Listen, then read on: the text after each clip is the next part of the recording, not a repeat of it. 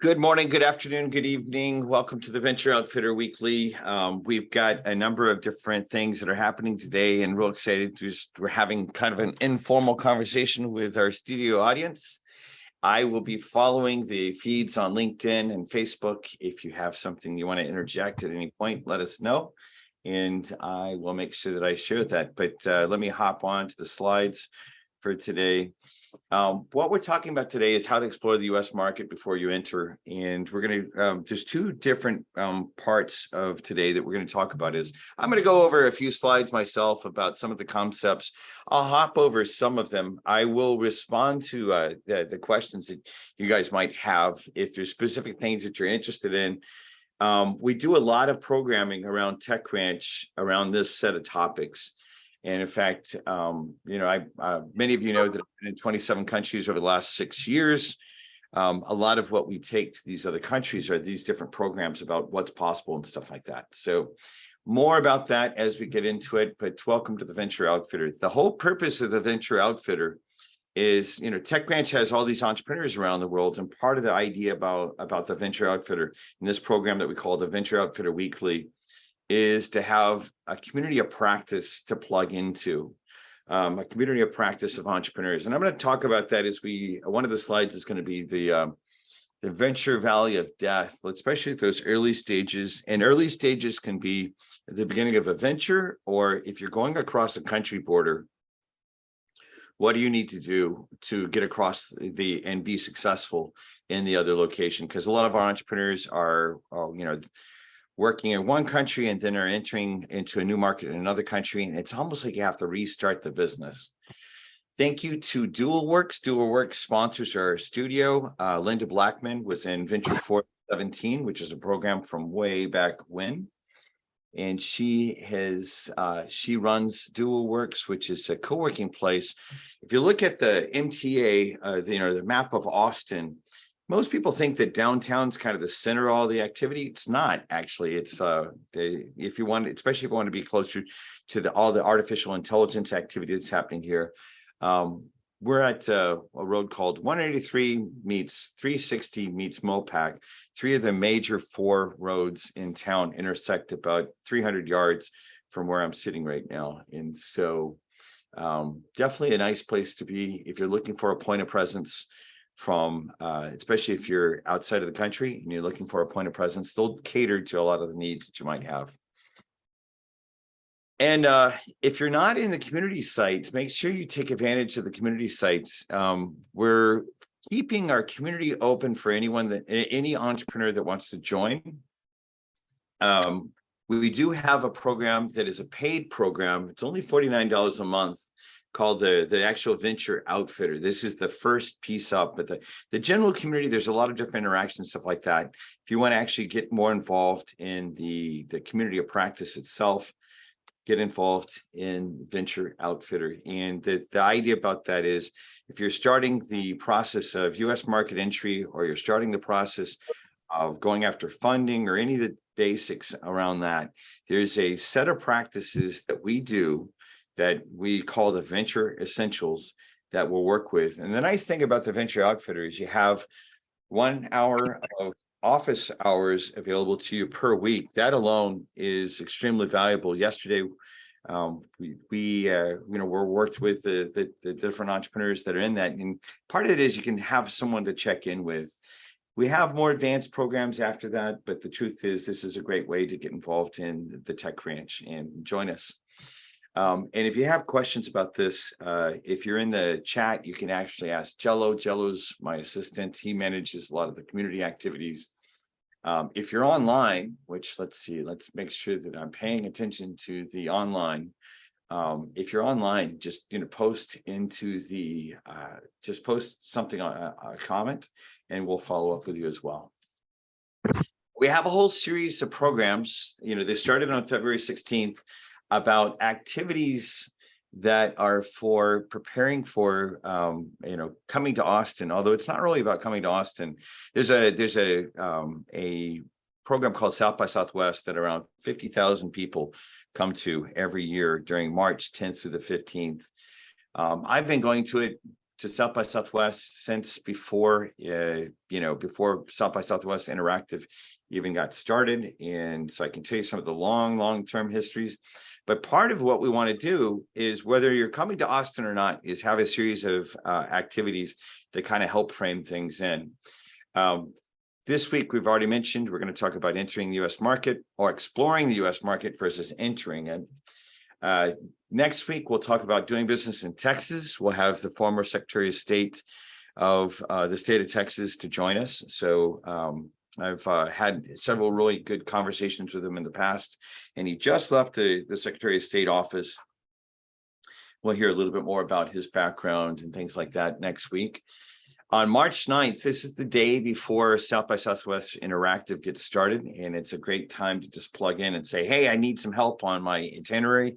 Marissa Vickers, who is a walk-on-water strategic marketing person here in Austin, she used to run Mass Challenge here, and she now has her own firm. She's going to be leading us through this. In fact, I'm going to be working on the final pieces of my own personal schedule because of that. And then we'll have more of what we're calling like the integrative session. That is, what just happened and how do I take advantage of what I just learned? Because there's just too much activity happening in Austin during that time. And so we'll have some people that went to South by to tell us what happened.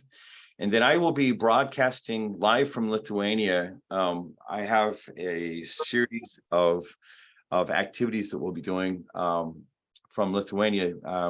We are working with the Lithuanian government on building a venture bridge to there.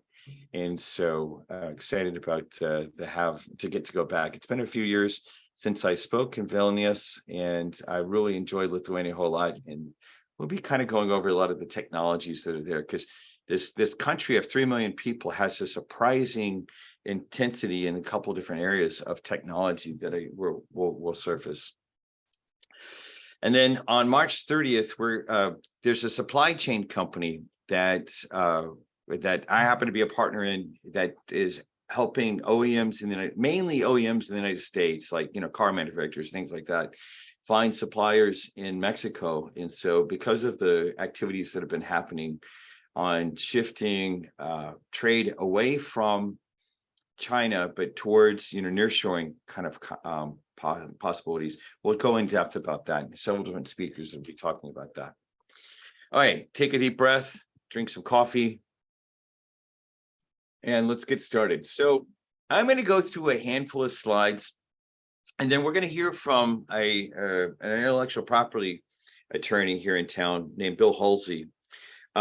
Both of us kind of like interactive type of stuff. Now, because of the presentation and because Zoom doesn't let me see you guys easily, usually I just say, raise your hand, and I'll do my best to manage that. But because of that, and because of, I'm trying to pay attention to the things that are happening on the LinkedIn when I look up here. Feel free to interject questions. And now, for the purposes of just managing the conversation, I would ask that you just raise your hand first, versus asking. Part of what we'll do is we'll hop around a little bit, and we can do that. But the key thing about it is, for me, this has been doing business cross-border has been something that started at the very beginning of my career. A picture of everyone likes to always give me a hard time. Yeah, this is back when Kevin had hair in 1994. My first customer for my first startup was a business, a bank in Guadalajara, Mexico. And part of the thing that I can tell you about is, so I was learning about startups. I had worked at a Steve Jobs startup right before that, but I also was learning about being in business for myself. It was definitely learning from the fire hydrant. But it's underpinned a lot of why we do so much work across border these days. I can tell you more about that photo alone and what I learned, but the thing we'll hop into is part of what some of you might be listening for. I know that we have on the streams, sometimes we'll have governmental organizations around the world that are kind of wondering a little bit more about what TechRanch does. Part of what we do is our formal businesses. We have programs for entrepreneurs, but we also have programs for ecosystems like governments and things like that to build what we call a venture bridge. A venture bridge meaning you have a firm base on one side and a firm base on the other side, and then people are going back and forth. We've got examples in the last couple of years that we've done with Hungary, with the Czech Republic. We have a lot of activity historically with Mexico, and we're about to announce the next set of announcements around that as well. But I want to just introduce one of the entrepreneurs from the Mexican bridge, or the innovation bridge that we had in 2018, 2019. His name is David Potus. He's only here. He's actually in Mexico City right this second, although he's from Monterrey. He is here for just a little bit before he hops into another series of meetings in Mexico City. But what I thought I'd do is I put him on the spot for just 2 minutes and hear about his experience about going cross-border. David, tell us about the experience of what you learned kind of the hard way about doing business cross-border and stuff like that in this program. Sure. So first of all, I think because for people that don't know, Monterrey is just only 2-hour drive from the border of Texas. So for us in Monterrey, with the proximity we have with Texas, we sometimes feel that we already know how Texans, everything, do business, what they like, what they don't like, and things like that. But what finding out in starting to do a soft landing that we were able to do thanks to the Innovation Bridge in 2018, 2019, is that there's a lot of cultural differences. Even though we're really close, there are really, really important cultural differences. And besides that, learning about, the regulation or everything regarding, because we are in the healthcare space, there's a lot of differences. There's a lot of different dynamics of how the U.S.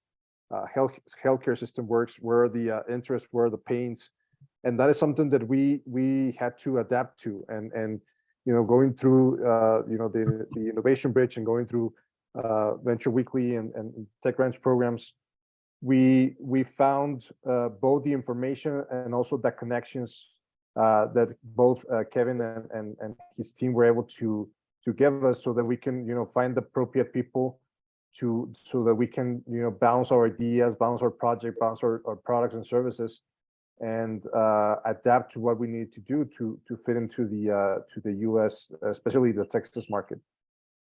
Perfect. Well, and it's been great to originally meet through that program, and then to have you involved in the community for such a long time.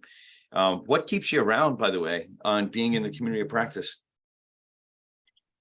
So, I mean, there's a couple of things. I think I will stand out that definitely the relationships that have come out of the program. There's a lot of I don't know what the correct term in English, but kind of like cross-selling or cross relationship between different entrepreneurs and startups.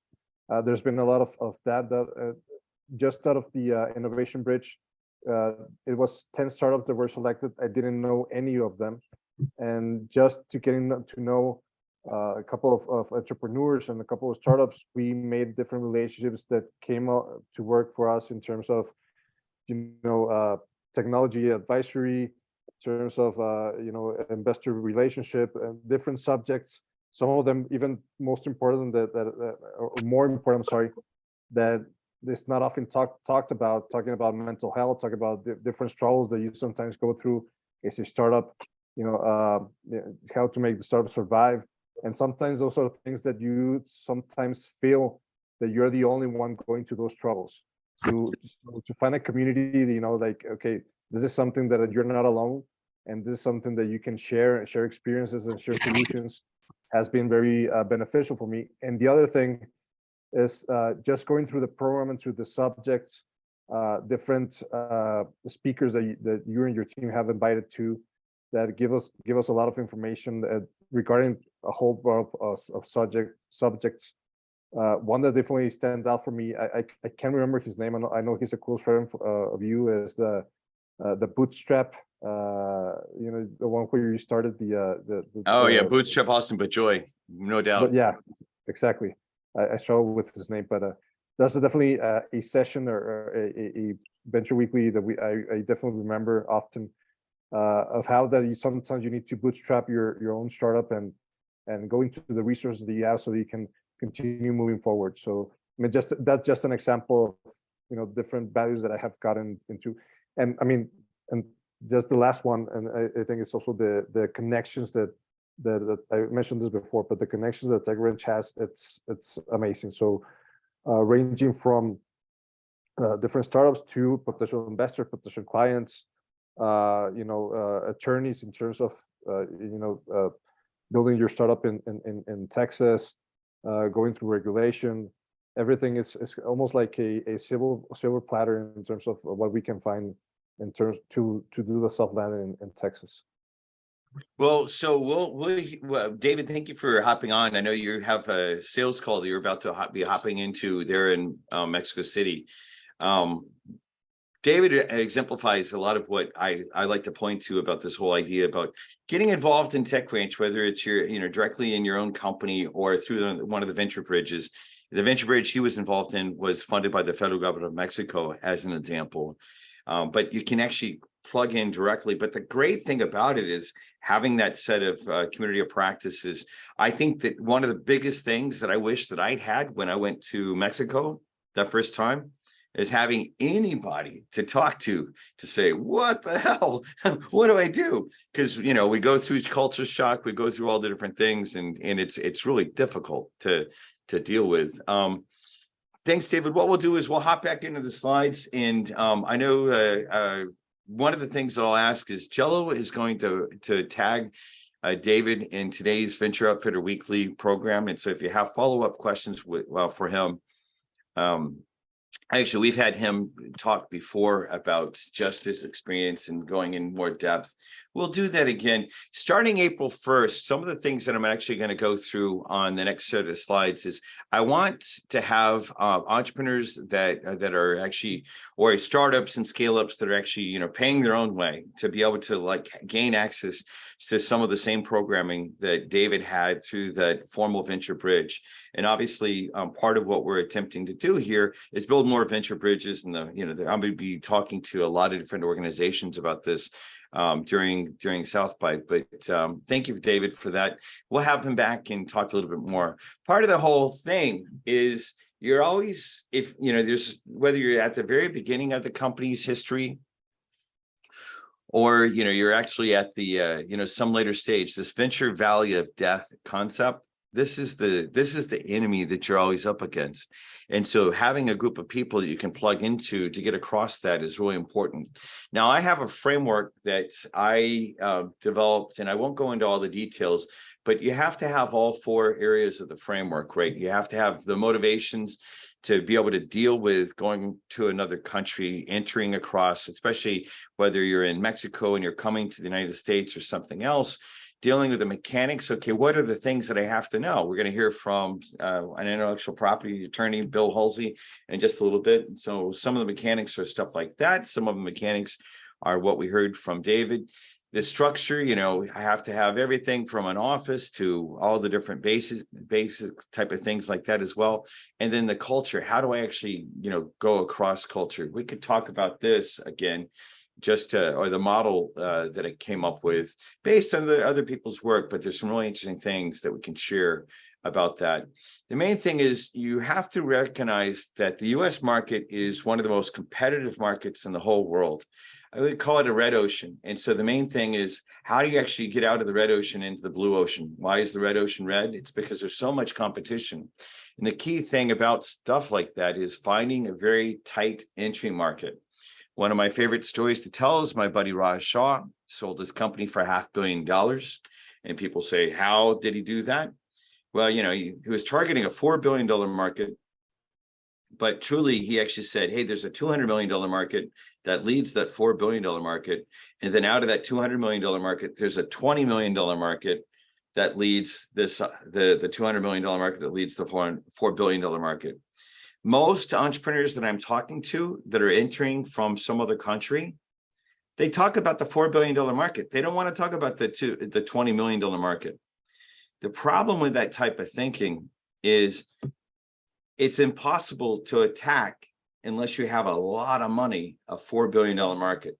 large organizations are going to be thinking about that market, but many of them will ignore a $20 million market.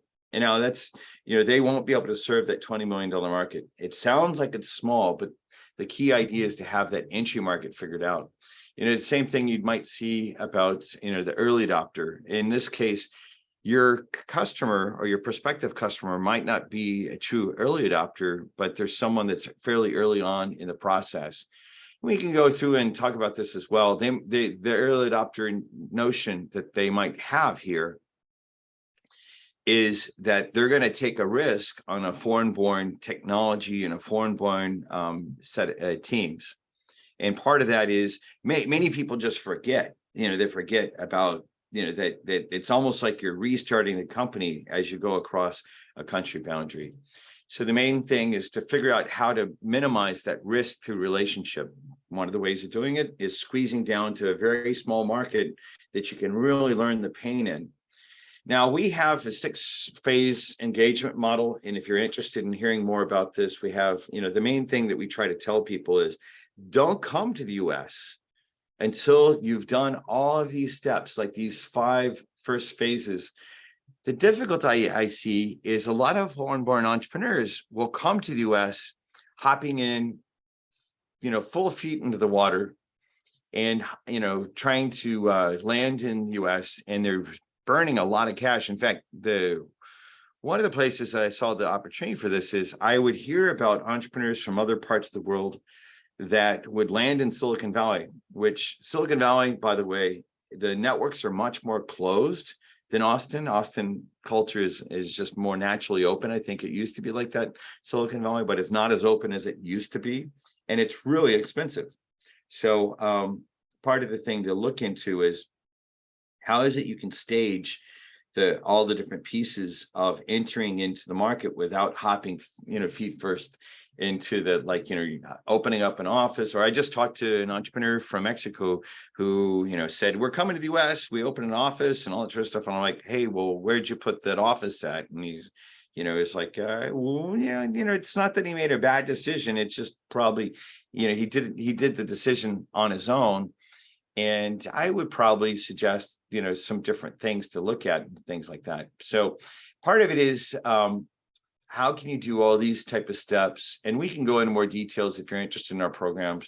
But the most important concept about this is don't go straight to the market. Figure out how you can do things virtually, or having, TechCrunch or another partner work with you in your home city here in the 3rd phase. This is what we do. This is part of our venture bridge model. And then the key thing, this is from this idea about that cultural frame that David talked about, and I talked about a couple slides ago, is you have to look deep into the place that you're about to go do business. Some of my deepest scars for doing business in Mexico. I'd done business in Mexico working for the previous company that I'd worked for when I started that, but I didn't really know a lot about Mexican business culture. I mean, I knew some, but I didn't know a lot. And part of the thing you can look at, and this is a free set of reports, you can go to Hofstede Insight and just type in, your home country as an example, the United States. And then I've lived and worked in Mexico, and I've lived and worked in Chile, right? I've started businesses in both other countries. So as an expatriate, and part of the thing that kind of explains in these 6 domains, and you can read more about each one of these, but in Mexico, power travels really far, whereas in the United States, it doesn't travel anywhere near as far, right? What this means from a sales perspective, as an example, is even though the home office might be in Washington, D.C., I probably can talk a customer or prospective customer in Dallas making a decision, because power doesn't travel that far. Whereas in Mexico, if the home office is in Mexico City, more than likely, you're only going to get decisions made in Mexico City. Individualism, I mean, you can cater to the U.S. ego, and take advantage of that. Whereas you notice in Mexico and in Chile, radically different. Masculinity, same type of thing. There's different ways that this might play into a sales role.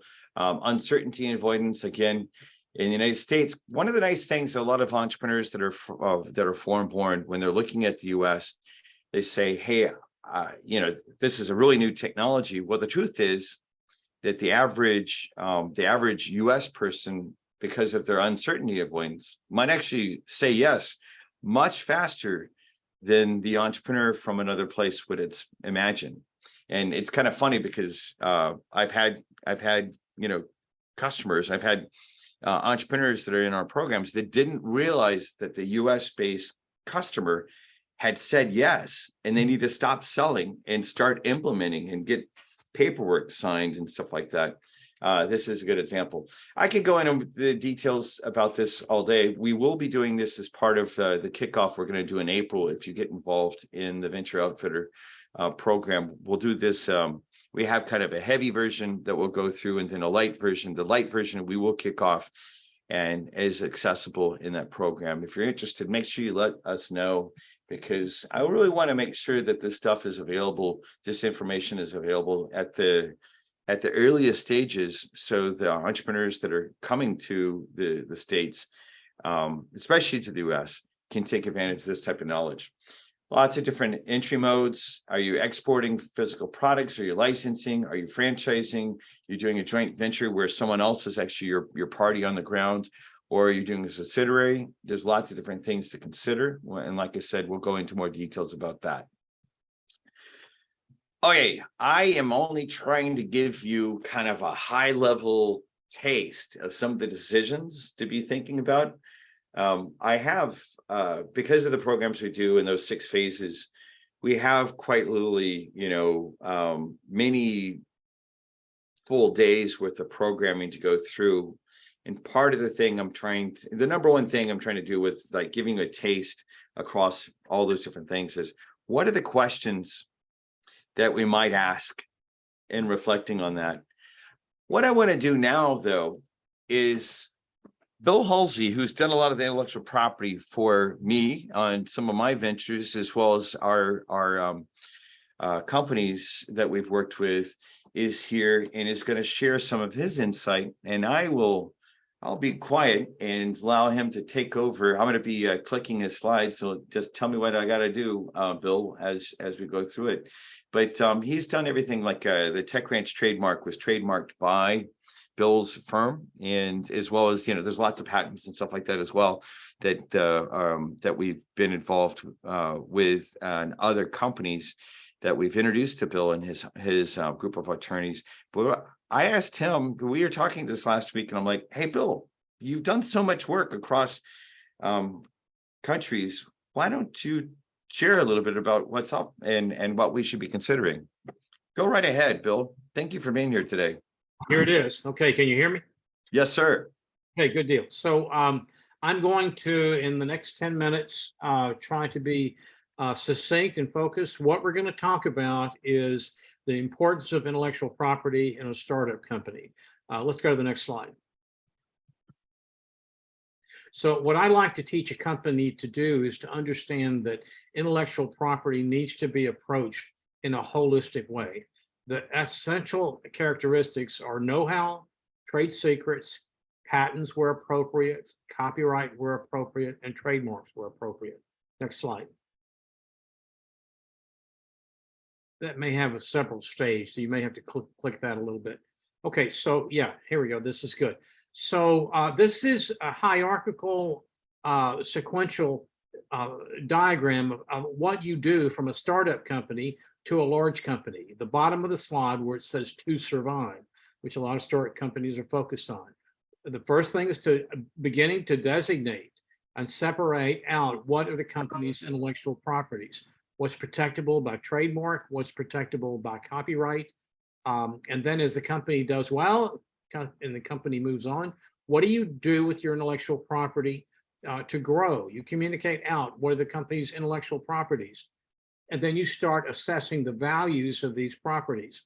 There are a number of tools that are readily available to determine what the value is of a particular intellectual property. There are many books on how to take a particular technology and discern a value. There's no set number for intellectual property value, but there are ways of determining back of the envelope calculations. And as the company gets older, things like that happen. To be in the top half of corporations, the next step is to separate out IP, creating trade secrets and filings. We go up this process and we see what large companies do. I'm going to present to you, next slide, one company that has gone from, and everybody knows this company, Coca-Cola. Coca-Cola arrived in Atlanta, Georgia in 1886. They say there were two things that took Atlanta out of the damage, out of the destruction that the Civil War in the United States caused. One was Gone with the Wind, the book and movie that sort of changed the way that America and a lot of the world saw the South, and the other was Coca-Cola. Next slide. So what I want to do is touch on very quickly the things that are in the intellectual property of Coca-Cola. Next slide. One of the first steps is their know-how. What do I mean by know-how? Go to the next slide. One thing that Coca-Cola knows how to do, and that is to get, I mean, at the end of the day, Coca-Cola is nothing but flavored colored water. That's all it is. Coca-Cola was valued in January as a $258 billion company. The value of Coca-Cola in January of this year was $258 billion, and a company that does nothing but sell colored water. It's interesting that Kevin's background is working with Steve Jobs, and Steve Jobs was fired early in his career by a fellow by the name of John Scully, who was the former chief executive of Pepsi Cola. And what Jobs always talked about was the fact that Scully was just a guy who peddled colored water, and that was Pepsi. But what Coca-Cola knows how to do is get Coca-Cola, the drink, and everything associated with the company out into the public. And as a result of that, it has tremendous value. That's not patents, that's not trademarks, it's just know-how in terms of the value of the company. Next slide, please. In that know-how, there are certain things that are not generally known that provide the company with a good competitive advantage and for which they protect the value. Those are called trade secrets. It's a special class of know-how. Next slide. I think the most vivid example is the Coca-Cola recipe. The chief executive officer of Coca-Cola some years ago was a gentleman by the name of Roberto Guazzetta. And he wrote a book that I use frequently to teach the importance of intellectual property and the importance of Coca-Cola. And in that book is a timeline where he shows his ascent from being a poor Cuban refugee to becoming the chief executive officer of Coca-Cola. And in that timeline, just as he was going into the headshed at Coca-Cola, he documents when he received the Coca-Cola recipe. At that time, there were only 5 people in the company worldwide who understood and knew the Coca-Cola recipe. Next slide. Trade secrets, some of the things that are important with trade secrets, and I don't have time, but let's go ahead and click down through that. No filing required, policy procedures. There's no filing. Yeah, go back up there. The idea is that if you do things as a company with physical security, crypto security, the phrase that is important here is that last one, loose lips sink ships. I'm a former naval officer, and we said that all the time, is that confidentiality is very important. Next slide. Okay, the next stage is patents. Next slide. Patents protect the classifications for patents are processes, machines, article of manufacture, and composition of matter. Coca-Cola has a ton of trademarks, doesn't have that many patents, but they do have some. They go back to the early days of the company, but I think about more recently a patent they have. Has anybody seen the machine that Coca-Cola has been putting out for the last 5 or so years, where it's a fountain machine where you can push buttons and make your own soft drink. You can mix Sprite with orange and or Fanta and Coca-Cola with Sprite. They've got patents on that, but this is an area where there's certain things that are protected under the patent laws, and this is an area where they protect patent law. Go to the next one, please. Okay, the next stage. Oh, I'm sorry. Okay, so critical timing considerations. With patents, you have to file early. If you file early and file often, you'll end up with a portfolio that makes a whole lot of sense and increases the value of the company. Next slide. The next area I think is really interesting, the copyrights that Coca-Cola owns, is the music, the ads, the creative work that they use throughout the world. Next slide. Back in 1971, those are us who are my age, or anyone who was around in 1971 might remember this commercial. I'd like the world to buy a Coke. And it was an amazing event for Coca-Cola. It put Coca-Cola on a map as an international ambassador for U.S. business and tying cultures together. And it continues to this day, it does. On March 17th at South by Southwest, Coca-Cola has an event at the Mohawk talking about the company, talking about building communities, and copyrights is a way that Coca-Cola does this. Next slide. Copyrights operate. You don't have to make a filing. I think it's really interesting. Siri wanted to tell me. It's really interesting. Yeah, my Siri sometimes like just wants to butt in as well. Oh, it's my watch. I'm sorry. Okay. Okay. So copyrights occur at the time that they're filed, but if you want federal copyright protection, there's certain things you need to do to make a copyright filing. The scope of protection is any creative work that's fixed in a tangible medium, on the internet, on a paper, in a song. That's what it protects. Next slide. Trademarks. This is where Coca-Cola really comes through. The value of the Coca-Cola trademarks is in the billions, in the hundreds of billions of dollars. Next slide. And they've been doing this forever. The Coca-Cola trademark itself, but some of these things, if you look at that slide, you'll see the 2 million mark for trademark for Coca-Cola. Those go back 20 and 30 and 40 and 50 years. Those are the most important values of protection and value in intellectual property assets. Next slide. Things with trademark. So trademark is anything. It can be a sound, it can be a logo, it can be a color. Think Tiffany's, the teal blue. It can be anything that lets a consumer know. For Coca-Cola, it's the red color. It's also the script name, the way it's written.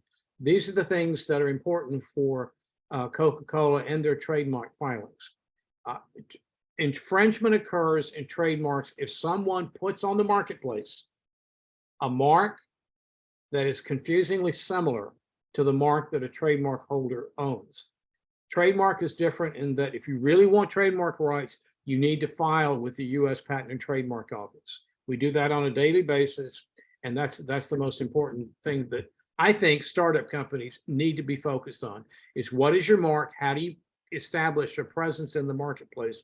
Those two things as a startup company, what is protectable? How do I protect it in terms of patent rights? If there is anything, what do I keep as a trade secret? And how do I focus on trademarks and concern myself about infringement, not infringing others' marks, and then making sure that if you have a mark that you file it and prevent infringement. Next slide. Okay, well, those are the points to make with regard to intellectual property as a startup company. It's not that hard. It's something that can be done. A lot of that can be done by way of self-help. The place where you do need lawyers to help you are trademarks and patents If you want to protect something by way of a file of copyright, you need an attorney to do that. But working that and making a part of what your business is and that's what we do every single day. I think that's the last one. Yeah, so let's see. I'll come online and join you and just ask a couple of questions, and we'll take questions from anyone that would like to just raise your digital hand if you could. Bill, I'll ask the first question. So part of the audience that's listening is outside of the country and is coming into the U.S. And I know a lot of them, a lot of the entrepreneurs that we interact with, a lot of the companies that we interact with, are taking advantage of the United States intellectual property protection schemes. You gave us let's see, 1, 2, 3, 4, 5 different ways of doing so. Anything that you'd actually like to add for the entrepreneurs that are coming to the U.S. to protect intellectual property, or maybe a story or two that you'd actually have to share about that specifically? Yeah, I think the main thing is to get into the system as early as you can and as cheaply as you can. On the patent side, by filing provisional patent applications. With patent applications, the phrase I use is file early, file often. You may have an activity that has a number of innovative ideas. On the provisional patent side, an economical way of getting into that system, if you've got 5 different inventions that are part of your initial base as a company, there's nothing wrong with putting all 5 of those into a single provisional application.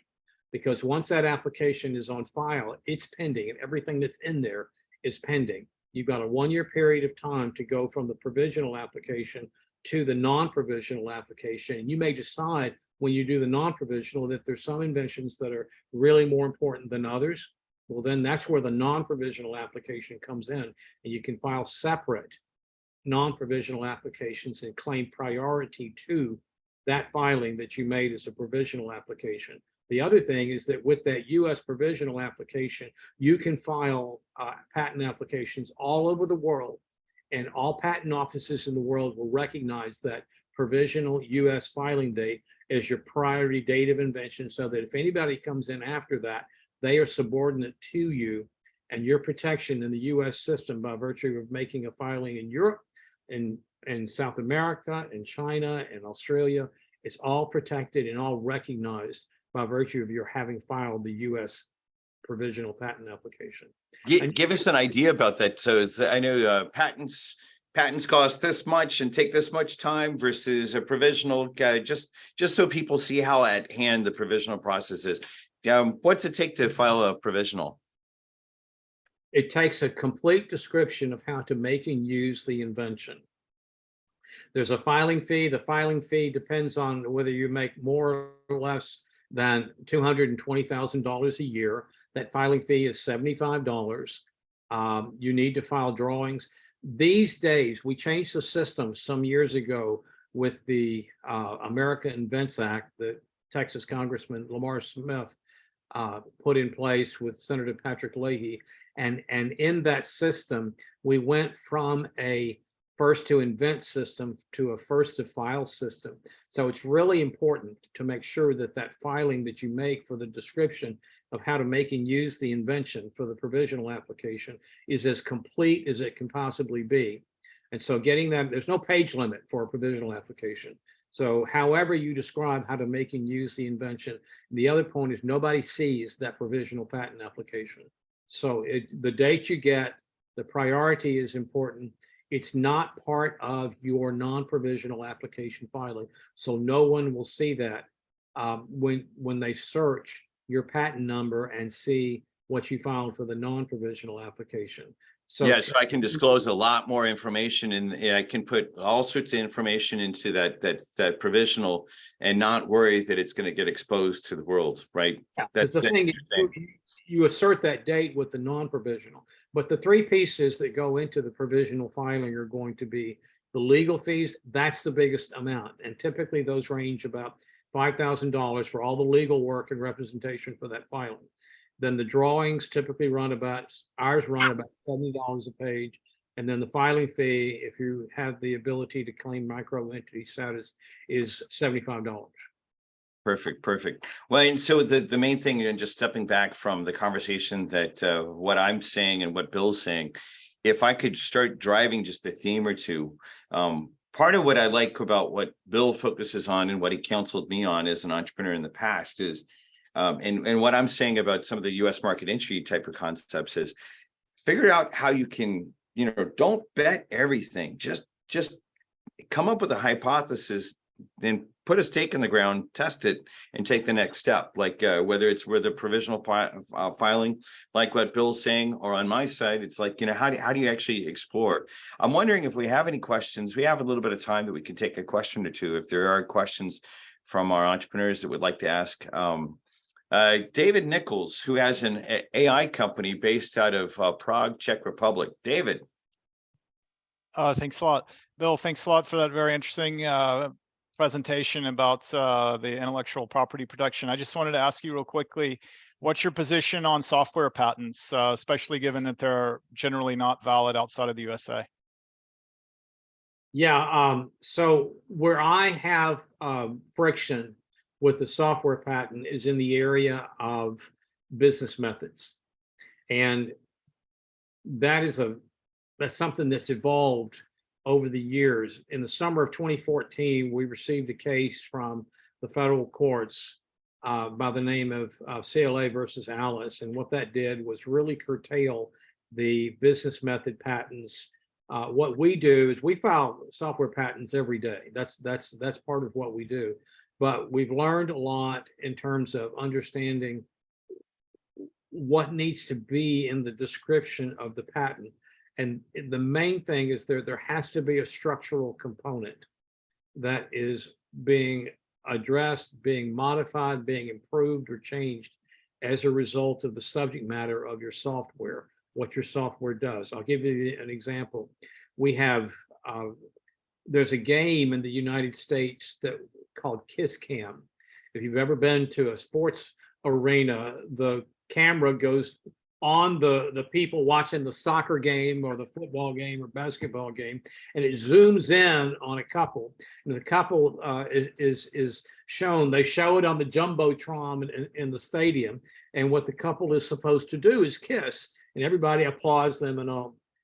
They came to me back in 2018. They said we are filing. We're making a new system that lets you have control over what goes on with Kiss Cam based on whether you're inside or outside the sports venue.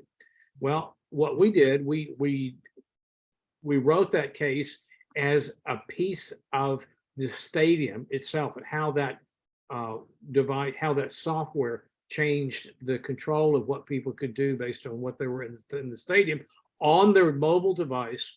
And we filed it. We received it was kind of cute too. We filed the application in March of 2018, and the client received a notice of allowance on December the 25th of 2018. It was a great Christmas present for him. But the idea, and we've done a number of patents since then, but there's some strategies that we have to pursue, I know, based on what the subject matter is. We have technology where we can, and the problem with it is that it can be very subjective as far as the examiner is concerned. So what we try to do is identify the division within the Corps of Examiners at the Patent Office and which examiners have allowed patents that are similar to the one that we're working on, and try to craft the subject matter so that it gets channeled to the most likely person to give an allowance. In the last year, they've identified a new, and she's operating now, commissioner of patents in Washington, and she is tackling that issue as to what is and what is not allowable subject matter with regard to software. Thanks a lot. If I could ask one follow-up question real quick, do you trust China, because you mentioned China, to respect the intellectual property of American companies? I used to say yes. I don't anymore. Good to hear that. Me neither. Yeah, for a number of reasons. One is that I've had a couple of clients, most importantly, um, who have tried to do business and have done a great deal of business in China over the years. One thing happened in COVID, and that is this company, well, anyway, they're not doing business in China anymore. And the sad thing is that a significant part of this company's business was in China because of political events in the fall of 2020. The government, both the United States and China, basically iced all their relationships. I would not encourage anyone to try to do any business in China these days, not because of political sensitivities or otherwise. It doesn't work right now. Well, the political sensitivities are exactly what is causing the problems you're talking about. It's about the rules-based international order, about everybody playing by the same rules, or the alternative is might makes right. So that's my point of view. But anyway.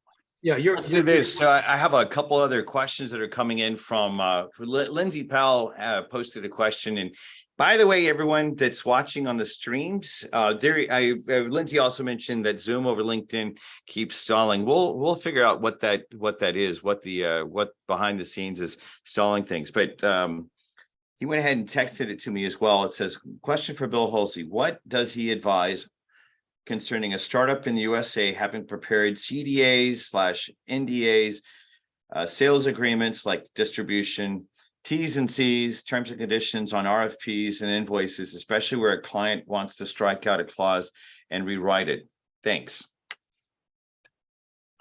That's about a 3-day answer. I don't know what. Yeah, I think the most important thing to do is get yourself a good business lawyer. And there are many, many good business lawyers in Austin who understand startup companies, in California, in Dallas, in Houston. Get yourself a good startup lawyer. That's what I would encourage you to do. But any type of like from a standpoint of, say that those that attorney has already here I am, the entrepreneur, I've already paid my attorney to prepare all these different documents and things like that. And now my client or my prospective client who's just about to sign on the dotted line with me wants to change things substantially. What's the thought process that you take about that, about counseling me, the entrepreneur that might not have a lot of cash to go back to the attorney and stuff like that? Because we just spent all, we prepared all those documents. What decision process you have me think about? First thing, I would have the other side explain the basis for that change and why it's needed and what they consider to be the ramifications of not change. How are they going to be hurt by the language that's already in there and that's already been carefully considered by an attorney? And you certainly don't want to have original agreements that are inappropriately one-sided. But if the idea from the attorney who drafted your documents was that you want to have documents that can support a transaction as opposed to destroy a transaction, and most good business attorneys are after that. They want to have documents that are of great value. If you get on the other side and are in a deal and they say we need to have these things changed, why? What do you want? How is this going to hurt you? And how are you going to be advantaged by virtue of having this changed? And unless they can make a good case for it, I'd back away from it. Exactly. I kind of feel the same way, especially if we're trying to, I think sometimes I've been a little bit too concerned with getting the deal, feeling the sales pressure versus sticking to the protection scheme that someone has actually structured for me, me not being the expert about that. Lindsay, hopefully that gets to your question, and we'll work on whatever's going on with the stream, going back and forth. It's great to have people watching on Facebook and on LinkedIn. Eventually, a part of what we want to do in expanding the audience is really start promoting more there. Let me ask real quick, is there anyone else that would like to ask a question before what I'd like to do, just to signal to everyone, we're going to go over just a little bit of our time. I would love to actually have a handful of y'all I haven't seen in a while. After we get Bill to answer this next question, what I'll do is, if you want to do kind of a 20-second shout out, I'd love to hear from you, especially people that are in the studio audience. If there's someone that's online as well that'd like to do the same thing, I'll read whatever your shout out is. Just try to do it on as a comment or a text, and we'll go just a little bit longer than what we had done before. John, you had a question. Go right ahead. I did, Bill. There's been a lot of talk lately about non-competes. And I also look at them as kind of an adjunct to NDAs. And my experience in startups is a lot of them consider everything that everybody they hire brings in from other companies, everything they brought in from previous companies, and everything they kind of develop seat of their pants as a trade secret or proprietary, when oftentimes it's just industry practice. And they attempt to use NDAs and non-competes as ways to shield what they do, even though it's, a common practice. How do you differentiate what's really, trade secrets, copyright, patents are obvious, from, things that are common practice? Yeah, okay, two things. One, there is in Texas, are you in Texas? I am, yeah. So back in, I want to say 2015, the state enacted a Texas trade secrets law, and you can find it on the internet, and it defines in that act what is a trade secret. And I think it's really important to go to the definition of what is a trade secret. And the statutes are generally pretty clear. A friend of mine was the leader through the American Intellectual Property Association in crafting and presenting to Congress. And Congress, it's an interesting act because it was presented to Congress, I think 2015, presented to Congress and approved during the holidays that year. It took 29 days for that piece of legislation to make it through Congress and through and be approved and signed by the president. But what it was a codification of established trade secret law. And now that law is generally recognized. So understanding what is and what is not a trade secret by virtue of that statute, I think would be the most important thing. And in that definition, you can look at whatever is at question. You say, do you satisfy the requirements of what is a trade secret? And generally, the requirements for a trade secret are that anything that is not generally known, so anything that's generally known, it fails that first test, that provides the holder some type of competitive advantage. If it doesn't provide a competitive advantage, it can't be a trade secret. And for which there are reasonable protections made to keep it trade secret. If there are not protections made, if it's generally known, or if it doesn't provide commercial value, it doesn't merit as a trade secret. So looking at the statute, understanding that those are essential criteria for what is and what is not a trade secret. And the fact that somebody says a trade secret when it fails one or all of those criteria doesn't make it a trade secret. Yeah, thanks. Yeah, I had a friend who was a sales guy, and he quit, and the CEO went out and threatened him, threatened lawsuits, had threatening letters sent, contacted his new employer, tried to get him fired. Interestingly enough, the new employer stepped up behind him and supported him, but it was a really ugly situation. And the CEO of the company where I was at the time was a startup, basically said, anything you've learned here or brought in here is our trade secret, and you can't take that anywhere. You can't work in our industry for at least 2 years, which I think is against Texas law too, but. Well, let's do this. I think that would be a really interesting follow-on type of topic. If Bill, if that's something you'd like to come back on, where there's like between kind of our labor or hiring people, and then or how to actually manage that, or as you're ducking in and out of different companies. I know that I've had my own set of issues about that too. I think that'd be an interesting follow-on type of topic. Let's do this, since we're coming to the end of our time. Thanks, Bill. I want to go ahead and give kudos to Bill. Thank you for joining us today. Actually, let me I'll signal something first so that you guys have a second to do this. If anyone would like to do a 20-second shout out about your company really quick that's in the studio audience, raise your digital hand and let me go while I'm actually saying thank you to Bill. So Bill, thank you for joining today. I'm excited about the work you're doing. You're going to be down here in Austin during South by Southwest. Is that correct? That's right. That's right. So if there's some follow-on type of things, the thing I'm going to suggest is Jello will invite Bill into the community site, and where this posting is about the VO Weekly, if you want to follow up, part of what we've been doing is we've been, Jello will post the video, but then there will be a place to interact on and the threads, the comments around that right afterwards. If you have questions and follow-ons, whether it's about part of the topic that I brought up or something related to that or what Bill brought up, post into there, because part of what we're wanting to do is create those type of interactions.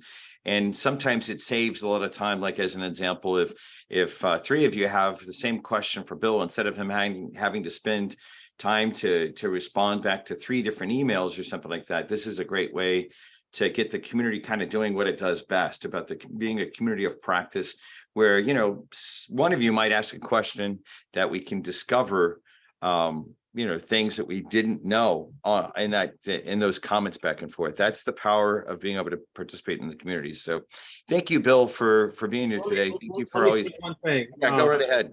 Just housekeeping. I do not never have represent Coca-Cola, but I've worked with a lot of companies that have worked with them. Oh, understood. Yeah, official disclosures. Yeah. Perfect. All right, well, I know that we're over our time, but I still want to see, if nothing else, I'm tempted to put Randall Baker on the hot seat for 20 seconds. And if Denise or Ada or anyone else would like to just really quick, Randall, give us an update. What are you working on? Right now, a history of Guanajuato. Yeah. So one of the interesting things for those of y'all that don't know Randy is I know it. Austin. Well, you kind of spend Hey, half Bill. half your time here, half your time in Guanajuato, and Yep. a healthcare company called MI7. What else? How is it to be an expatriate there in Guanajuato? My Spanish sucks, but other than that, it's wonderful. Entonces hablamos solamente en español. Podemos practicar juntos. I missed apparently the latest freeze in Austin. So it was horrible down here during the freeze. It was about 65 and sunshiny, And you had a pina colada in hand. Well, no, it's wonderful. So yeah, and MI7's doing great. Life's good for us. Healthcare industry would be a wonderful industry for people to destroy. It seems to be a big wall to climb, but a lot of us are trying. We'll have. I think that would be a great topic since there's so many different. Tech Ranch has so many different startups that are actually focused around that specific thing about fixing healthcare, not just in the U.S. but around the world. It's kind of interesting we haven't had a confab a conversation about that. So Randy, we'll definitely do that. It's good to see you. Sure. Yeah, thanks. Anyone else that wants to do a quick shout out before we go? Denise. You're on mute, by the way. Okay. I just have a question actually for Bill's wife. You said at the beginning that she is an ed psych PhD student right now. I wonder Right if she would like if she would like a dissertation theme and study to do. I think I've got one for her. Okay, we all connect because that's exactly what she's doing right now is filtering concepts. When Bill, Don, and I talked last Sunday, I think it was. We talked on Sunday. This is another connection that I think that you guys just are naturally solving a problem. Denise, tell your elevator pitch really quick so everyone else has context. Okay, well, it's called Fortified and it saves lives. It does trauma triage, repairs relationships, and rebuilds the whole structure of your life. It does it through experiences and virtual and AI.